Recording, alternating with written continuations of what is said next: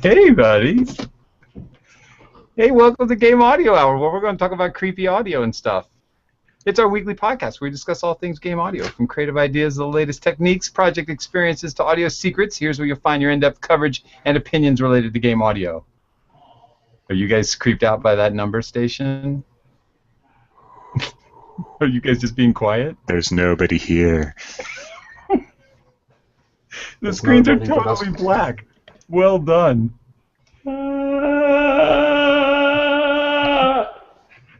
This is our. This is the first of our shows this month where we're going to play and discuss something creepy about audio, since it's October and it's leading up to Halloween. What is it, Alex? I'm here. Save me, Alex. What is it? See what I did there? Look at that. I'm here. Sorry, what? What was the question? The other topic is going to be related to retro sounds, producing retro sounds. Well, let's wait till Vince comes. There we go. Oh, no. You guys are serious about the black screen. I love it. I shouldn't have pulled mine away so soon. I'm putting a link in the chat room to the Conet Project. So what you heard, carry on, was a number station called the Lincolnshire Poacher. And are you guys familiar with number stations? It's been something I've been, I wouldn't say obsessed about, but I keep revisiting this year. I discovered them last year, which means I'm way behind the curve. But do you guys want me to tell you what it's about in case you've never heard of them? I don't know who's heard of them. Some of our listeners probably haven't heard of them, and I haven't heard of them. So a number station is, and check that link and look at the history on them. A number station, nobody knows exactly who does them. They're all over the world, and people have tried to track them down, like the Lincolnshire Poacher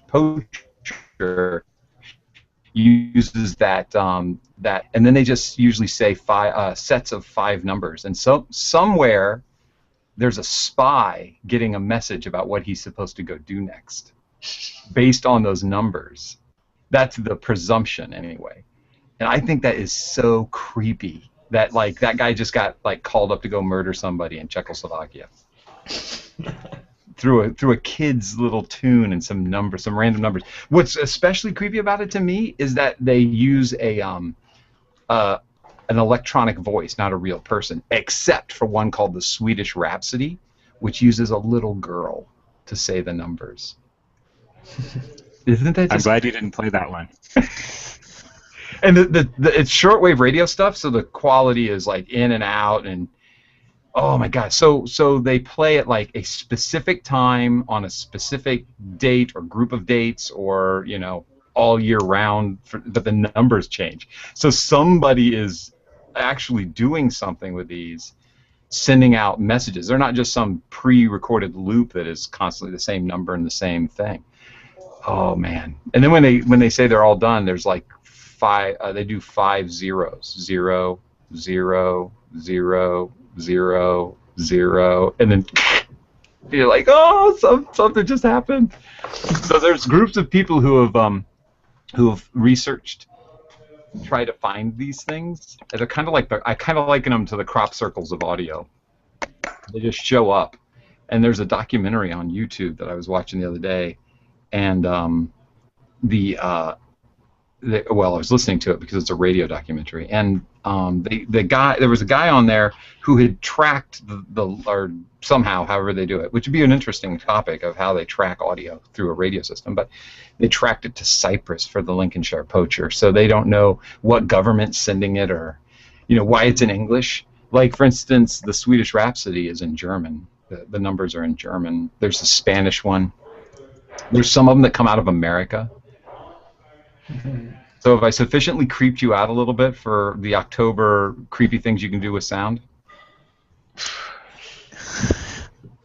Well, I was just starting to sleep better, but now back to square one. Listen to those. Just run through the Conet Project on your. So for the list, for people who are driving in their car and they want to type and not look at a screen, it's archive.org/details/IRD059. That'll take you out to the Conet Project. And this guy has curated all of them together. And in the radio documentary I was listening to, he tuned into a random station and one went off, and he was like, "Oh my God, I've never heard this one either." But he knew from all the patterns that if he turns into a certain, it's always on the edge of the bands. He goes to the edge of the band, and usually they start on the hour. He just was looking for some random band on the edge and at a specific hour, and it went off. And he heard one he had never heard before. I can't wait to see how you're going to segue from this into our topic for today there, Kyle. So our topic for today is what? It's making retro sounds. Say it again, Alex. It's better. Well, that's just you're just completely giving up on segueing there, aren't you? No, I'm going to. Let's go from the creepiest thing ever to 80s pop. Okay, so the topic today is hints and tips for getting the retro game sound for various respective consoles, genres. I got an idea. You should run your audio through a shortwave radio so it has that retro sound. That's my segue, because these number stations are. Ah, there we go. Just break that up right now. You're welcome. You can thank me for that later when you make billions because you ran your audio through a shortwave radio somehow magically. That was elegant. Very elegant. That's how I do my segues. Don't you know by now? This is episode 36, isn't it?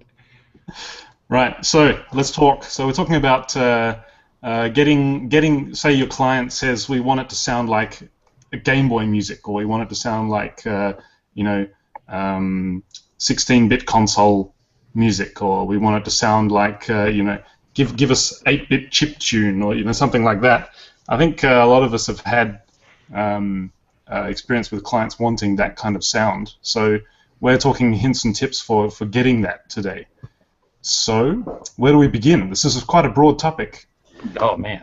Okay. Well, we were talking about this before the show in the green room, and Alex, you listed the prerequisites for the 80s techno sound. Do you want to list them again?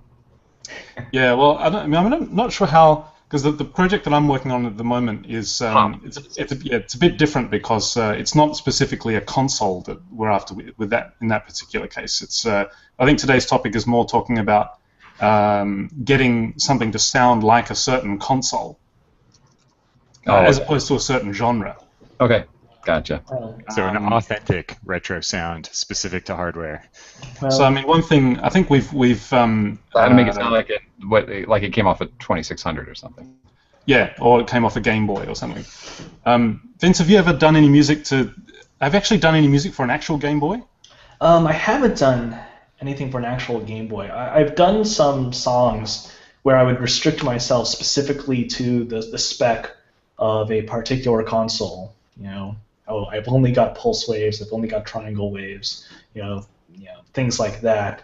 Or I've got some pulse width modulation possibility, because the NES can do pulse width modulation, but I've never actually had to do it for an actual system. I think Ian might be the expert there on that. Mm-hmm. In that I have done a Game Boy Color game. You've done a Game Boy Color game. I mean, that's, Game Boy, I believe, is exactly the same spec as the original NES in terms of sound capability. So it's almost the same. There are a couple key differences. The NES is actually, I would say, better because of one flaw the Game Boy has, and the Game Boy Color uses the same sound chip as the original Game Boy. So you cannot actually adjust volume on any sound without stopping it or starting it, and there's a click when you stop or start the sound. You can set a ramp on it that's automated, but you can't do discrete volume sets the way you can with the NES. So to do really long fades or different, just smoother volume ramps or kind of more complex sounding instruments, it just adds a lot of clicks. So the main thing I did to get around that was have kind of a little hi-hat track going and just time the volume changes with the 16th notes or 8th notes. That's smart. Yeah, just hide the actual click. Yeah. You do what you can do. That's very clever. What were you using to actually sequence the music? So the actual official Nintendo thing, I don't know if I'm breaking an NDA, but it's been forever. So there is a piece of software called Musix, which was made by Factor 5. Alex, you may know of them. They were like a kind of a demo scene group, I think, in Europe. Not And breaking NDA. so anyway, they had this thing called Musix, which you could actually hook the Game Boy up to your parallel port, and it would work kind of like a MIDI device. Wow. And so you could use a sequencer. It had horrible like timing issues when you were playing it that way, but that was just kind of for auditioning. And once you would actually like bake the song and then hear it in the game played by the hardware, then the timing issues were gone. What was the actual the sequencer? Was sort of a basic tracker kind of thing, or was it a typical DAW, or how was it put together? It accepted MIDI output, so any MIDI sequencer. Oh, okay. It would work like a MIDI device. I see. Wow. Okay. Yeah, unexpected. I think a software emulator would have been a lot more convenient, but I think they really wanted to make sure you could hear how it sounded without any possible, difference. There's bands out there like crazy doing retro sounds. There's a recent friend of mine has like 3 Game Boy Colors, and he sequences everything on the Game Boy, and then takes them live to like open mic nights and plays the stuff. It's amazing. Yeah, have you guys heard Danimal Cannon? He does that as well, and he plays live guitar along with it. Totally worth. Like, if you can see him live, that's the best. But just look up his videos. It's nice. Super fun. I'm going to put a link in the chat to the SoundCloud.com/Mr. Zongers. Vince, have you ever made chiptune music before? That's what we're talking about, right? Chiptune music. That's what it's called. Well, I mean, sometimes it's chiptune music. When we think of retro, there's all sorts of different types of retro to it. The Amiga is pretty retro, although the sound of the Amiga is totally different from the sound of Nintendo Entertainment System, which is way different from the sound of a Super NES, which is very different from the sound of a Sega Genesis or a TurboGrafx or all the arcade machines that were coming out in from the mid to late 80s had various specs to them. Some of them had really nice Yamaha FM synths in there. Some of them were really basic in terms of their sound capability. I've worked for a couple of different guys that have asked for retro music up front, and it would always be tough to get from there to what exactly was the sound that they would want. Yeah. Sometimes they would actually say, "Oh, here are some soundtracks. Here are some specific games, and all those games are very easily put into a group. Oh, these are all Capcom NES games, and they had a very specific tone to them. Or they were all Konami NES games, and Konami NES games were rather well known for sometimes adding chips to the games in order to enhance the capabilities of the NES. And so you want that type of sound? Well, okay, it's kind of like an NES sound, but it's added with this. So retro can be a little bit too big, and you actually do have to dive down into the specifics of what is the sound that you actually want, especially since a big part of retro is about appealing to people who are familiar with those sounds. Yeah, that's a good point. I mean, when somebody says retro game music, I think it's such a broad spectrum there from what people could be actually meaning by that inside their head.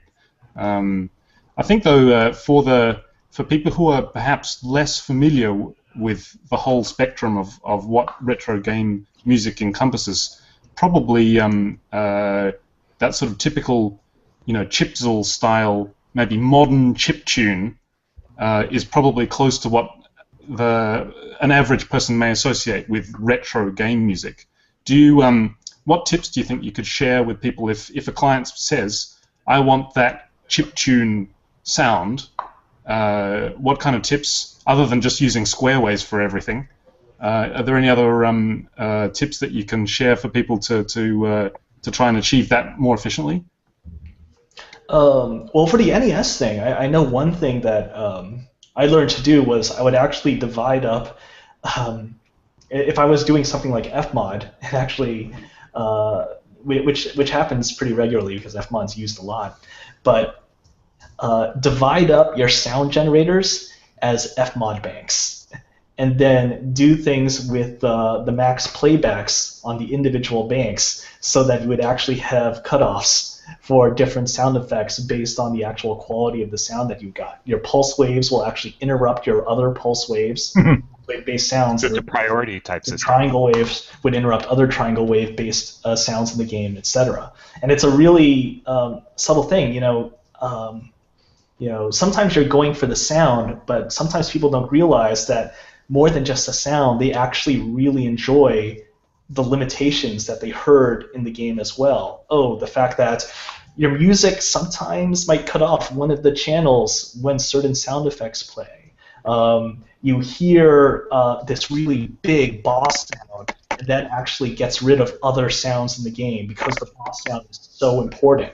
So dealing with your banks and your playbacks and your priorities on your sound events in a modern audio middleware tool like fmod can be really effective in properly getting the actual real retro sound in your game. Right. Yeah, actually, note cutoff is something that's very very key. I think in the chat room a moment we are privileged and honored to be graced with the presence of Matt M. Matt actually one of our regulars in the chat room. Indeed. And he actually kindly came to me asking for advice in getting a 16-bit sound to a track that he was making. His client had asked for something that sounded sort of 16-bit, and because my wheelhouse is Amiga music, he asked me, how to get something closer to that sound. And I think the first track that he'd sent me was really, really good. But one key thing that was going on there was that a lot of the notes were sort of dragging over the ends of each other, where of course the Amiga had 4 channels for 4 sounds at one time. So that's where instead of using a traditional, I think Matt was using Cubase, I believe. He'll have to correct me on that, but that's one area where, for example, using a modern-day tracker, such as Renoise or any of the other ones, can make that a lot easier, because you just basically have 4 tracks, and then you just put your samples in there, and because it's a tracker, it will handle that just the way a traditional tracker would have back in the day, so that things cut off so that you can only possibly have 4 sounds playing at once. Achieving that with a modern-day DAW is pretty high maintenance, I'd imagine, like actually having to make sure that everything has a very tight release and everything cuts off, exactly at the start of other notes, and you have to go through and count them to make sure there's only 4 things playing at once. It'd be pretty cumbersome, I imagine. The way that I learned to do this stuff was getting NSF files, which are like Nintendo, dumps of the audio from various games. And so I'd listen to like the Castlevania 3 NSF, 1 channel at a time, and I could be like, what are they doing with channel 0 this entire song, and then channel 1 and channel 2, and you would hear, if you just listen to 1 channel, that channel just sounds like it's doing 8 different things, because part of the time it's echoing the other square wave channel, part of the time it's harmonizing, part of the time it's adding little ornamentations, and it's constantly jumping. It might be a bass and then a high ornament and then a bass, all like within the same quarter note. And Konami were just masters at doing that. So like studying that technique was like, that was my method of figuring out how they got that sound. Yeah, same with, that's how, I mean, the one good thing about tracker music is it's all there in front of you and you just see everything. You don't have to double click and open that and have a look inside here and see what's going on. It's all right there. And so if there's only 4 channels, you just see it right there. And as you said, Ian, one of the earliest ways that I also learned how to write music was just studying these tracker patterns from these old classic Amiga demo scene tracks. And in those ones, it's amazing what they would do with just 4 channels. As you said, this 1 channel, it's not like a DAW where a channel is like a channel strip on a mixer, where traditionally you would have just the bass coming through here so that you can do your levels and your EQs on just the bass. Basically, it's just a channel of playback. Then, so wherever there's a space in the sound, and if you need to put a hi-hat in there and this over here, and you just kind of fill it up wherever there's a space that you can to get the maximum output out of the 4 channels that you have. And the other difficult thing about the Amiga is that the Amiga was panned so that channels 2 and 3 were on this side and channels 1 and 4 were on this side.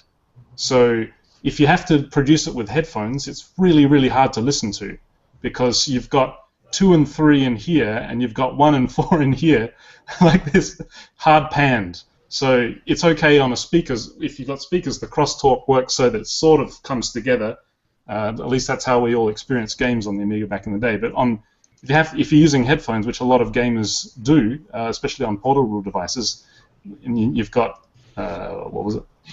you've got be this. Be careful with the fingers. You've got that, like you've got these channels on either side. It's really difficult to listen to. Yeah, I think one thing that you may want to do, if you do need to get that 16-bit sound with an Amiga, I doubt anybody would ask for it, because nobody knows about the Amiga, right, guys? Especially not in America. Never.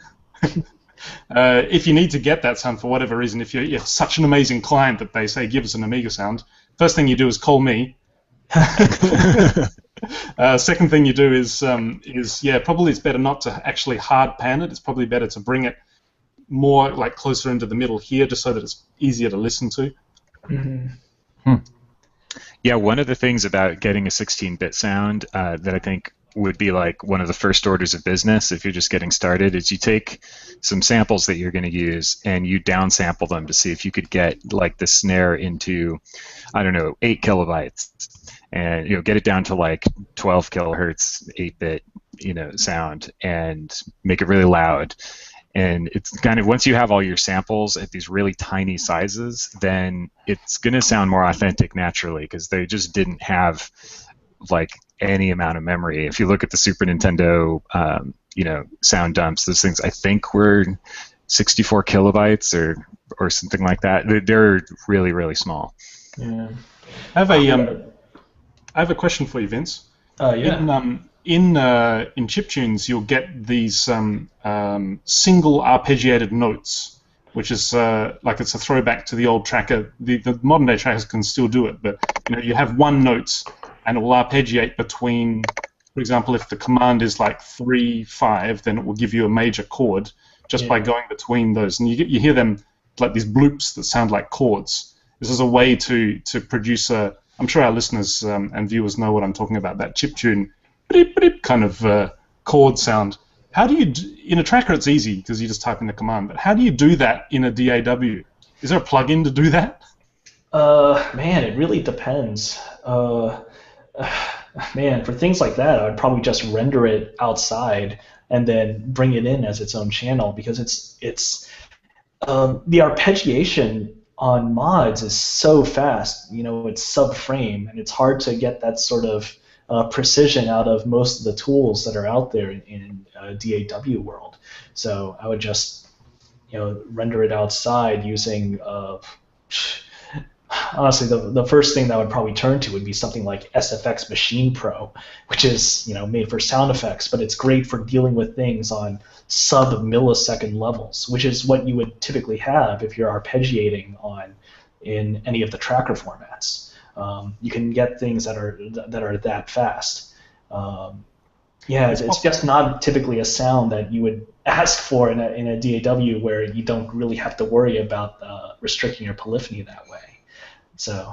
Yeah, a lot of the if you're working with a synthesizer that has a modulation mapper, so like a lot of the Yuhi synthesizers that I like have modulation maps, where it's a map where you can basically draw curves. You can set the curve resolution to whatever you want. So you could set it to say 4, then you just set and you just tune the curves to the notes of the chord that you want, and then it will basically cycle through that map, and then you just attach that map, route that through the pitch of your oscillator of your square wave, and then as you press the note, it will just cycle between those different pitches, giving you that kind of chiptune chord sound. So you can also do it with software synthesizers if you have that kind of modulation map, like a quantized modulation map functionality.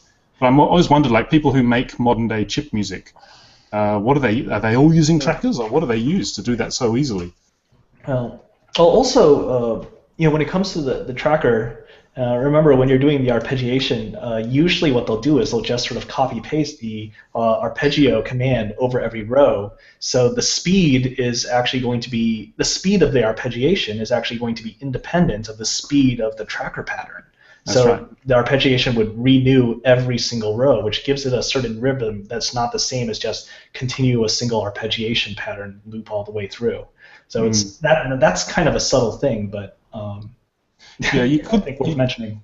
Yeah, I think you could if you at least with the Yuhi ones, you can tie in the repeat speed of the modulation map to the tempo, so you can sync it in, so that way if you change the tempo, it will change. Anyway, never mind. So I was searching my machine for what I've never done chiptune stuff, except with Ian, but I didn't do any chiptune stuff. Ian did all that. I don't even know if I'm using the right terminology because I'm such an idiot about this stuff. So Ian, I apologize. But I do have a Chipsound app on my Mac. It's by Plogue Art. I don't know if you guys are familiar with it, but what's really cool is I went into the controls for it, or the drop down for choosing, and you can choose. There's a section called Pure Chips, and they've got probably 12 or 13 different chips here, and all the sub stuff of it, whether it's NTSC or PAL. That's pretty crazy. But the problem is I don't recognize any of them. Like none of them say like Commodore 64, Sega Genesis. They all say like M5232 or the DMG. 2A03, is that in there? Wait a minute, who? Yeah. 2AOX. Apparently there was more than just the 2A03. Oh wow, so this is like a multi. Yeah, that's the first one. And then the options under 2AOX are RP2A03 NTSC, RP2A07 PAL, or RP2AOX Unlimited. Wow. So yeah, that's like 50 hertz or 60 hertz frame rate. Whoa. I think that's the difference between those. Because yeah, like the NES could only update with the refresh rate of the screen. Like it couldn't just update arbitrarily. So your tempo, if you really wanted good timing, that would have to be a tempo that was compatible with 60 hertz. Wow. Wow. I did find the SID chip in here, so I found one I recognize. Anyway, it's called Chipsounds by Plogue. So go to plogue.com and search for Chipsounds, and there is the application. I've had it on here for a while and never used it. So thanks for letting me know I got something cool. Matt has dropped a link into the chat room for us for that. So if you're in the chat room, you can find it there. Chipsounds. Thank you, Matt M. So yeah, I don't know anything about this subject, so I'm having fun listening to the show this week. This is perfect. There's a whole segment of 16-bit stuff that I actually don't have any experience with, which is the FM synthesis that was used on like the Genesis or, I don't know, Sound Blaster 16. Do you guys have any experience doing FM programming? I think Vince does. I don't. A little bit. Although it's changed a lot recently. I just got some new tools that I'm using for classic FM sounds. Aly James, that's the name. So if you there's this dude in France who makes these fantastic VSTs, Aly James Lab, and he does a lot of stuff. And actually two of them I'm currently using quite regularly, which is the Sega Genesis called FM Drive, and then he also does another one which is based on the Sega Master System called Super PSG. Wow. And, he does the stuff that he does extremely accurate emulation of not just the chips that were used in those drives, but also the implementations of those chips in the various iterations of the systems. So you could be like, oh, Genesis 2, it has a slightly different sound than the Genesis 1, which has a slightly different sound than the Genesis 3, etc., because of how the chips are actually laid out on the board and the implementation. And they're actually really wonderful. The stuff is incredibly cheap. I want to say something like 20 or 30 euros, and it's well worth it. These look great. What are you using by him? Hmm?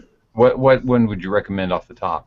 Off the top, well, there's the Mega Drive one, which is the Genesis version, Mega Drive in Europe and Japan, called FM Drive, which is really good. And I've used it for things like, hey, I'm going to make a lead sound that I'm going to drive with my Iwi, as well as other things. It's got a Lin drum in here. Oh yeah, he does have that. He has a bunch of other plugins as well. He's really quite good. And they're I've got to check quite these out. affordable. I like his stuff a lot. So yeah, he deserves a shout out. All these little guys that are making really cool, usable plugins and music software, they all deserve a shout out. I just see that he does an OBX emulator as well, which is yeah, guys, I'm going to have to end this show right now. I must go and try this plugin immediately. Tell me if it works in Renoise, and then I'll buy it. I'm sure it'll work in Renoise. Everything works in Renoise. I bought some reverbs that didn't work in Renoise, unfortunately. Actually, it's Windows only. Ah, no. Come on. If a reverb is in Renoise, would it be a reverb? Yeah, that could be. It was too many reeds. I was pushing the limits. It was ridiculous, is what it was. It became ridiculous, yeah. Hey, I like how his Lindrum says Funk Inside instead of like Intel Inside. That's hilarious. Aly James, A-L-Y James, as you would spell it, lab, lab.com. Mm-hmm. I accidentally went to A-L-L-I-E James. That's not the same person. Yeah, ALYJamesLab.com. Yeah, and he does some really great stuff. Although I tend to use his stuff for larger scale things like music. And actually, when I do things for individual sound effects, these days I'm really used to making sound effects in Pure Data, which is perhaps a less exact way, but it works great. Lately, I've been teaching Pure Data as a tool for people who aren't into programming, who haven't done any sound design before, as an entrance into sound design and programming concepts. And I found that interface for designing sound effects in there is actually really good. So I've been doing a lot of sound effects in Pure Data, and then using my DAW just for music retro stuff.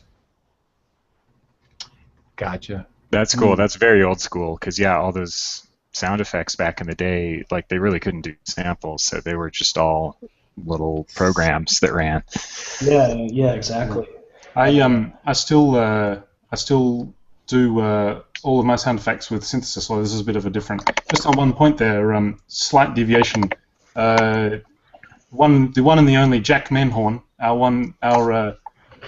our kinsman from the Game Audio Hour legacy history, who's still with us.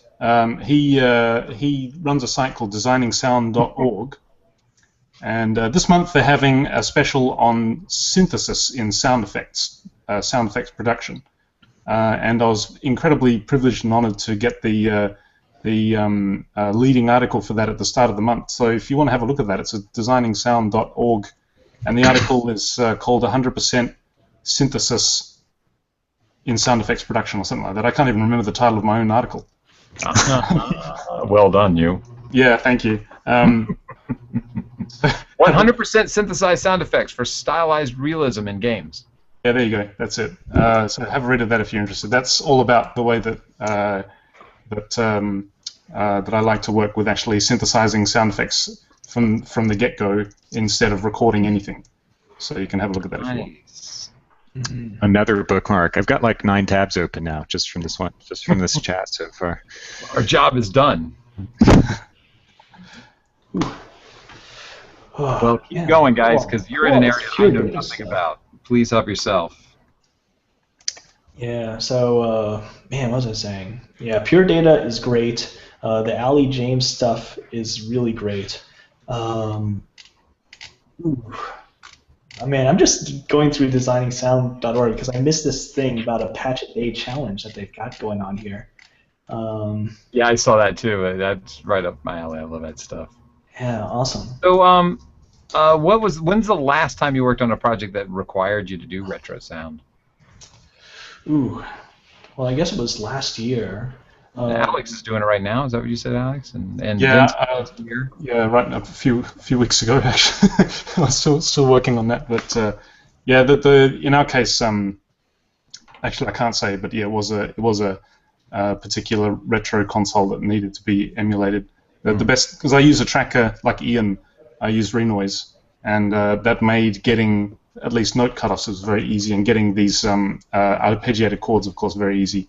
But still having to research exactly what the Game Boy could and couldn't do, and I didn't actually know that about volume changes, Ian. Lucky I didn't actually know that the Game Boy could do volume changes, so I just had it all static. That's a good way to handle it. Stick with that. Hey, Alex, speaking of 8-bit, your lower third is 8-bit. Is that on purpose, or is it just like looking? Oh, is it? 8-bitish. Have you seen it? Is it all pixelated? Yeah. It says it goes in and out. I think it's a video feed.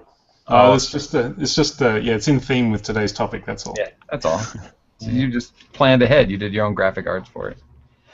Man, have any of you guys ever entertained the request to do things that were more not like the NES, not like the Genesis, not like the Commodore, but like the Atari Pokey?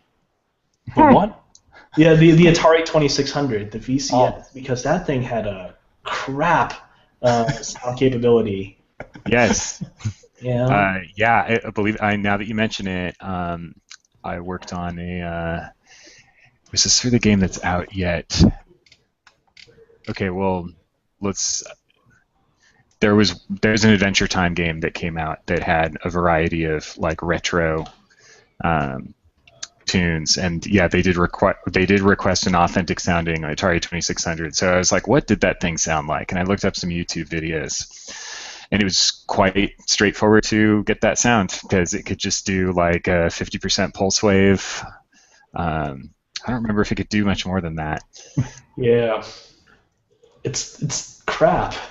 Yes, the best way to. They invested nothing in the sound capabilities of that thing. Yeah. But why do we love it so much? It wasn't the sound of the games, I suppose. I can't even do that terrible distortion that they had on the. Like I keep thinking of that tank game. We're talking about the Atari 2600, right? Yeah. Yeah, that tank game where you would fire at each other and you could like get behind barricades. That's Combat. Combat.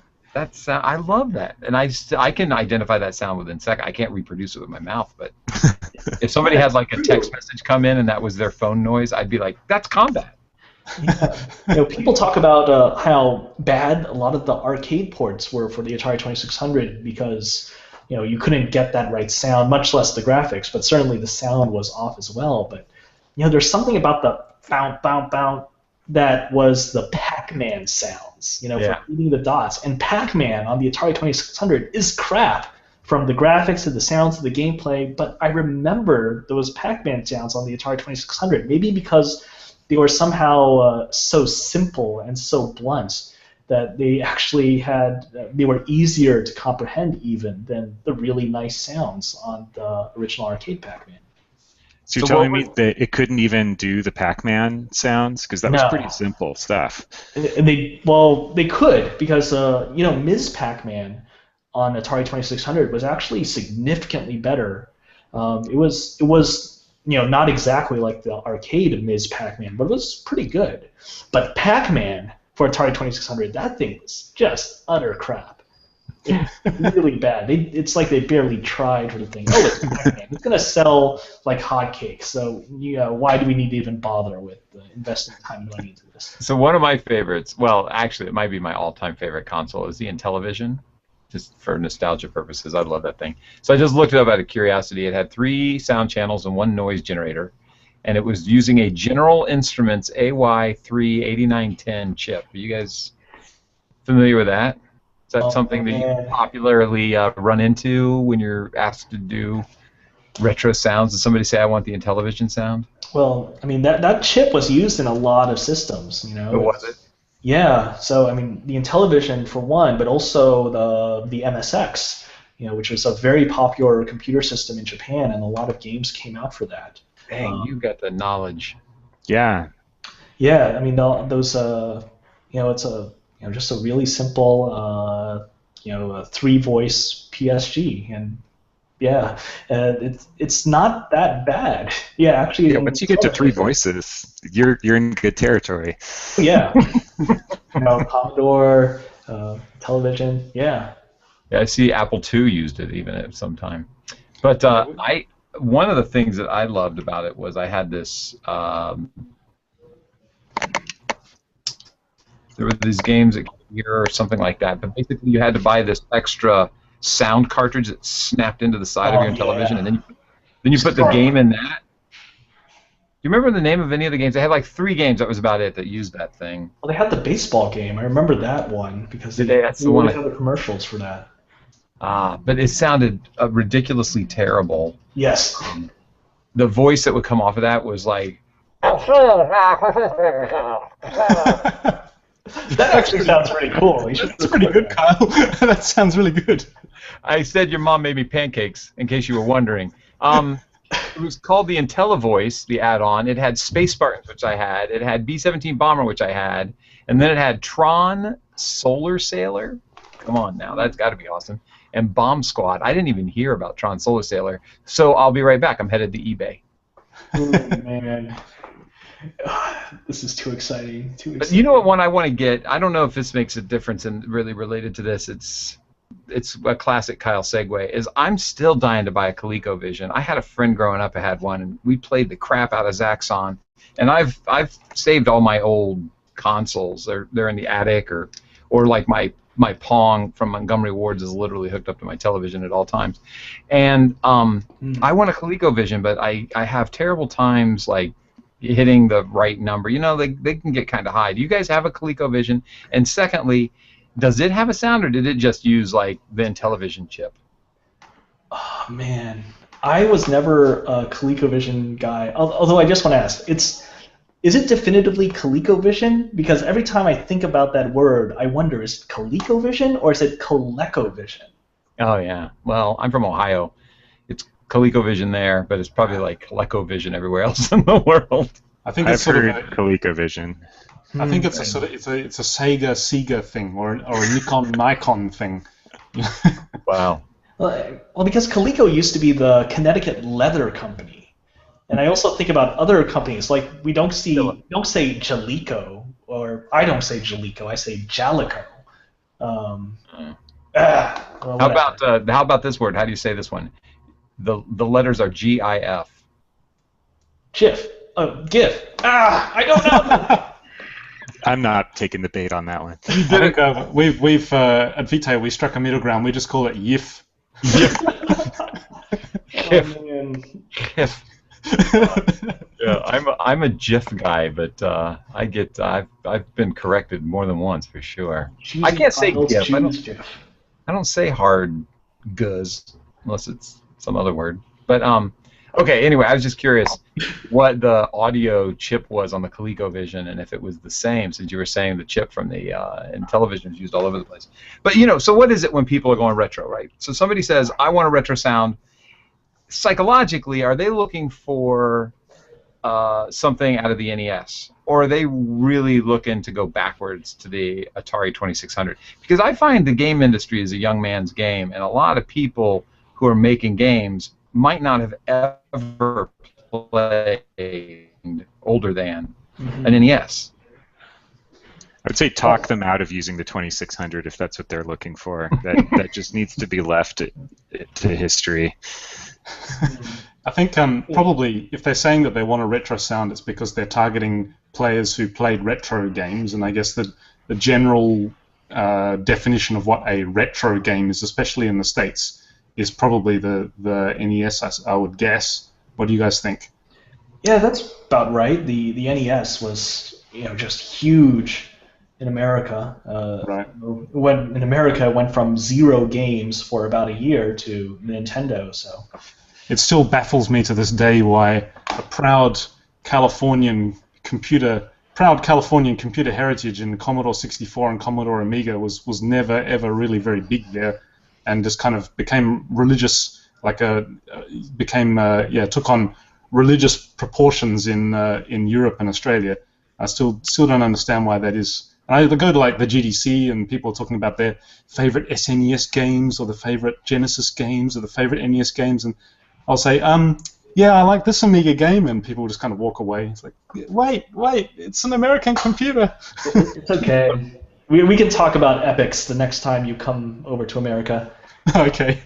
I bet it was a PAL NTSC thing, because like you should look up YouTube videos of, say, Castlevania on PAL. If you like, I guess people who've played it in Europe, it would just look normal to them. But if you look at it, it's in slow motion because it's 50 hertz instead of 60 hertz. The music is slowed down, the gameplay is slowed down. So I bet all these games designed in Japan or the United States for 60 hertz, they just downclocked them, and I don't think anyone in Europe was going to have any of that because they were just probably not the same games at all.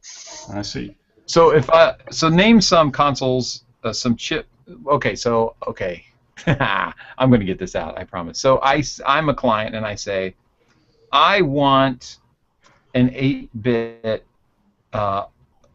chip song set. What chips are my options? And then I turn around and I say, no, I want 16 instead. So what do you switch to? Like, which ones are 8? Which ones are 16?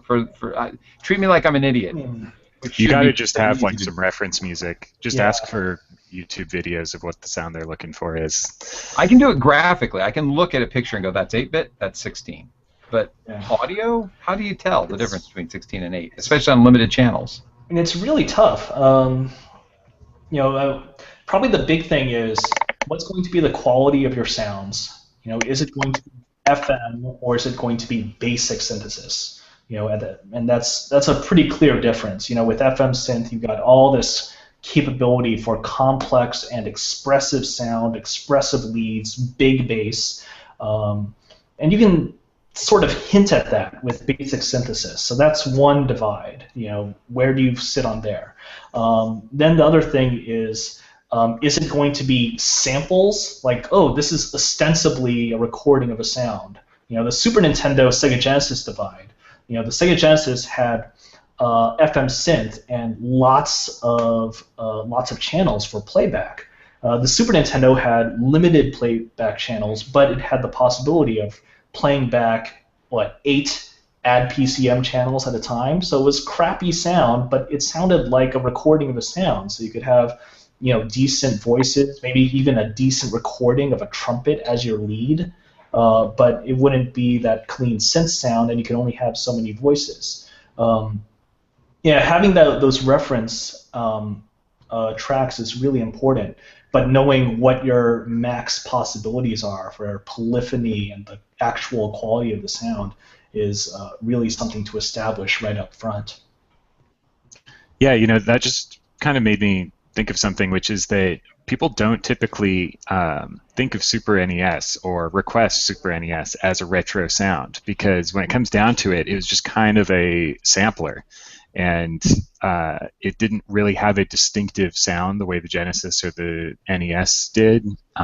So that seems to be something that kind of gets passed over. I don't see a lot of remixes in Super Nintendo style, maybe because I'm not looking for them, but there's got to be some reason why that's not as popular. Yeah, with a lot of cross-platform games back in the early 90s that had to do a Super Nintendo soundtrack as well as a Genesis soundtrack, because Super Nintendo basically won the war, people would deliver for the Super Nintendo soundtrack, and then they would put an FM synth soundtrack that was basically like the Super Nintendo soundtrack. But the thing is, the things that you could do with that system were just so different. In Sega Genesis, you've had all those playback channels, and you had that expressive quality that you can do with that. You could have lots of interesting contrapuntal activity within melodies and counter melodies, and lots of fantastic percussion going on at the same time. If you listen to Super Nintendo soundtracks, you couldn't really do sophisticated percussion because, wow, there's no way you're going to devote that many channels to percussion because you only had 8 channels, unless you had it as a drum loop, in which case that's probably your only drum sample because of limited memory. And the Super Nintendo was cool in the sense that you can play back sampled audio, but it was really limited in a whole lot of ways. Okay, that reminded me. I got to shout out to one of my all-time favorite Super Nintendo soundtracks, which is The Lost Vikings. Oh yeah. Oh yeah, that's a good. When That you're was talking fun. about samples and drum loops, that's like And that's Blizzard, isn't it? 1,000% right. Wasn't that Blizzard's first game? That was a Blizzard game. Yeah. I think there was a first game, but yeah, certainly one of those earlier ones. Yeah, one of the early original ones. Yeah. It's Charles Deanan, I think, was the composer. Wow. Jeez, awesome. Okay, I have something kind of interesting here. This is sort of an offside for the Amiga, the three Amiga people, 3 or 4 Amiga fans who are watching. The early Amiga games and some of the demo scene music in the real early days of Amiga music, they sourced all of the sound samples from one floppy disk. And it was one floppy disk that was distributed across BBSs across the world. And the name of that floppy disk was, Ian, do you know? No.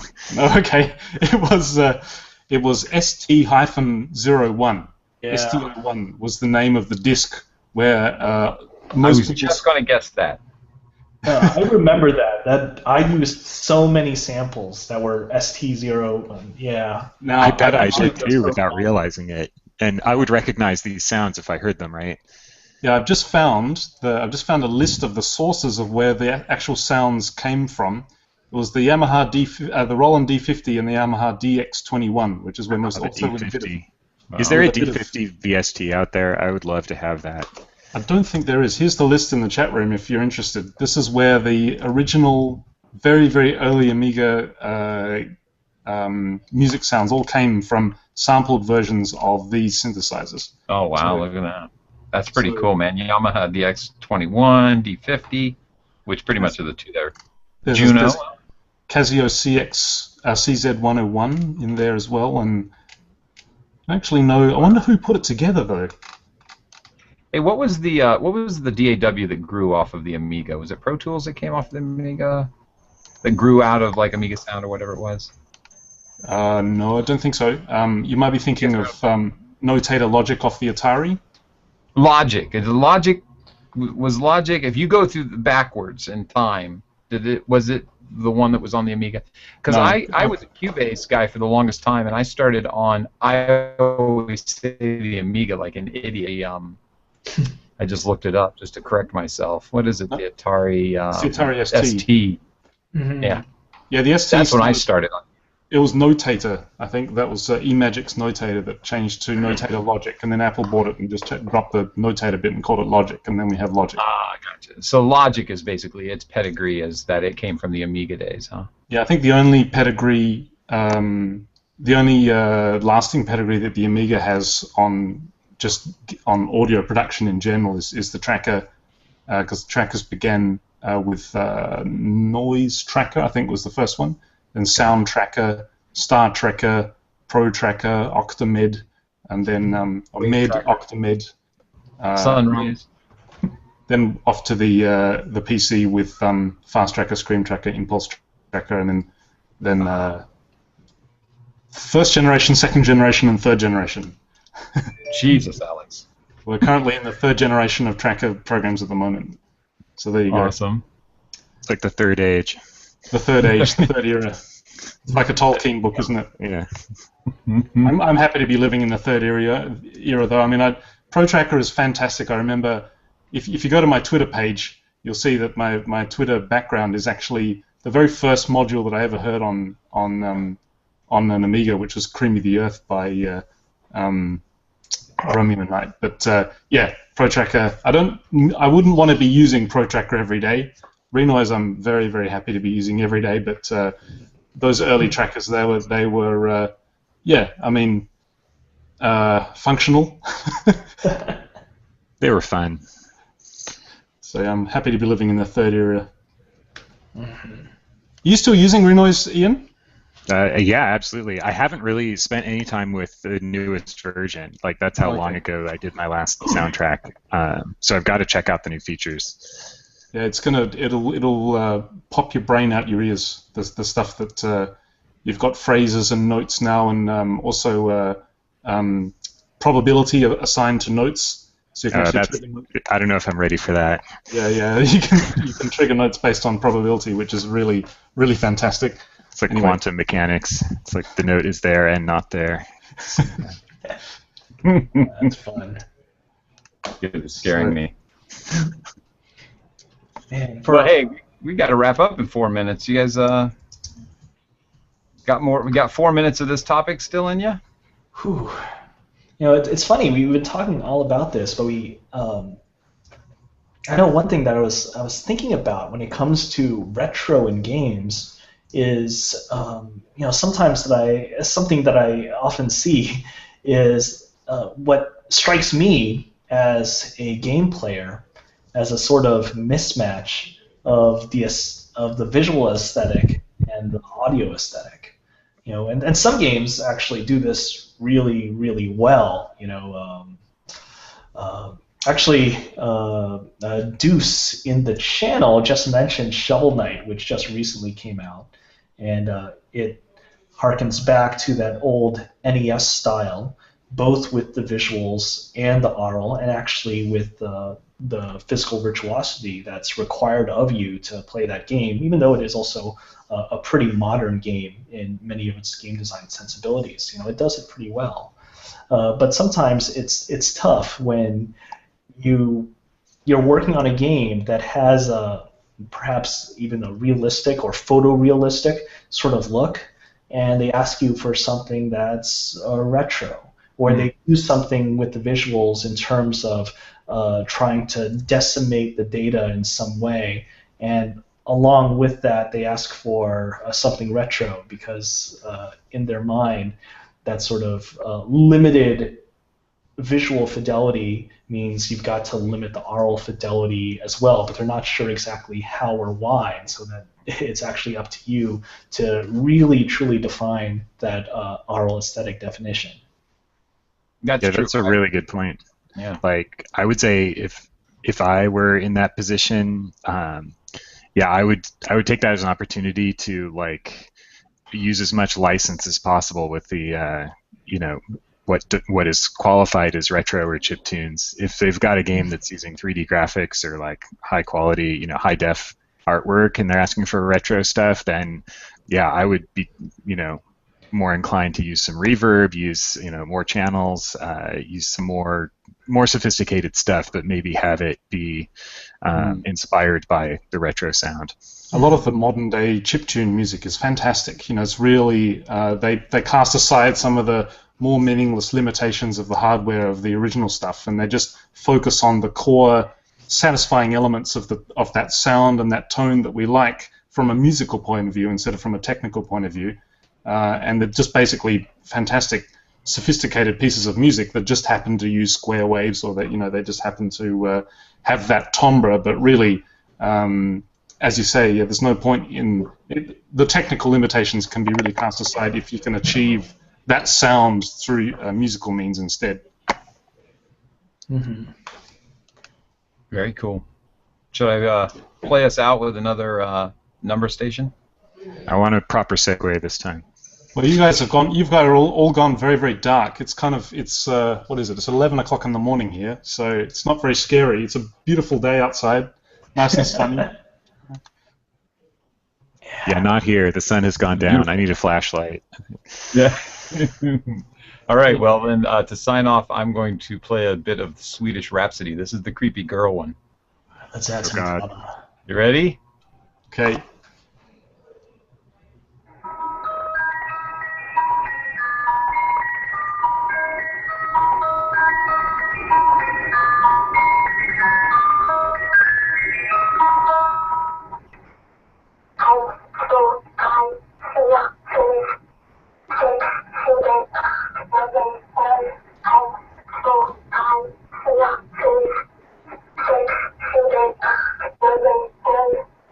No, that creeps me out, man. My hair is standing up.